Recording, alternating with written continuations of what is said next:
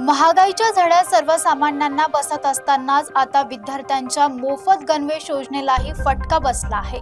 शासनाने गणवेशासाठी दिल्या जाणाऱ्या निधीत कपात केल्याने विद्यार्थ्यांना 600 ऐवजी 480 रुपये मिळणार आहेत। या निर्णयामुळे पालक आणि शिक्षकांमध्ये नाराजी व्यक्त केली जात आहे। राज्यातील लाखो विद्यार्थ्यांना मोफत गणवेश देण्यासाठी शासनाकडून निधी उपलब्ध करून दिला जातो। मात्र यंदा या निधीत कपात करण्यात आली आहे। यापूर्वी 2 गणवेशांसाठी प्रति विद्यार्थी 600 रुपये दिले जात होते।